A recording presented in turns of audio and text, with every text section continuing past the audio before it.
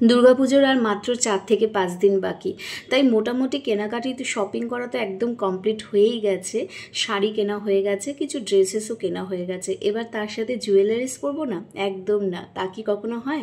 Jewellers তো পরতেই হবে, নাহলে যে সাজটা পুরো ইনকমপ্লিট থেকে যাবে। তাই যখন আমি জুয়েলারিসগুলো কিনতে গেছিলাম দোকানে, চোখ ধাঁধিয়ে গেছিলো যে কি নেব আর কি নেব না। এত সুন্দর সুন্দর গলার হারগুলো ছিল, ব্রেসলেট ছিল। তাই অনেক ভাবনা চিন্তা করার পরে কিছু কিছু জিনিসই কিনে এনেছি, আর সেগুলি তোমাদের সামনে তুলে ধরার চেষ্টা করলাম।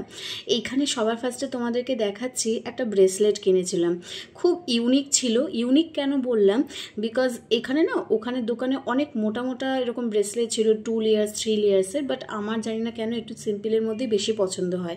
আমি এই ব্রেসলেটটা যেরকম শাড়ির সাথে ক্যারি করতে পারবো, সেরকম আমি যে কোনো সালোয়ার কামিজ বলো বা যে কোনো ওয়েস্টার্ন ড্রেসের সাথেও কিন্তু এটা সুন্দরভাবে ক্যারি করতে পারবো। তাই অনেক ভাবনা চিন্তা করার পরে আমি এটাই কিনে নিয়েছিলাম। আর তারপরে হাতের হলো, এবার কি গলার কিছু কিনবো না? তা কি কখনো হয়? তাই এই যে এখানে একটা গলার একটা পিসও নিয়ে নিয়েছিলাম। অনেকটা না এটা সীতাহারের মতনও বলতে পারো, মানে 3 লেয়ার্স 4 লেয়ার্সের।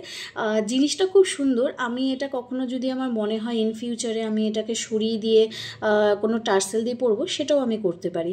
তো আমার জন্য তো কিনেইছিলাম, তার সঙ্গে সঙ্গে আমার দিদির মেয়ে মানে গুনগুনের জন্য কিন্তু একটা ছোট্ট দেখে একটা সেট কিনে নিয়েছিলাম। বাচ্চা মেয়ে, ভাবলাম একটা ছোট্ট একটা সেট কিনে, বেশি মানে একদম হেভি কিছু না, যে কোনো ড্রেসের সাথেই ওইটা পরতে পারবে। তো বলো এটা কেমন হয়েছে? আমার তো দেখেই এটা খুব পছন্দ হয়েছে, একদম ছোট্ট বাট সুইট একদম, তাই না বলো?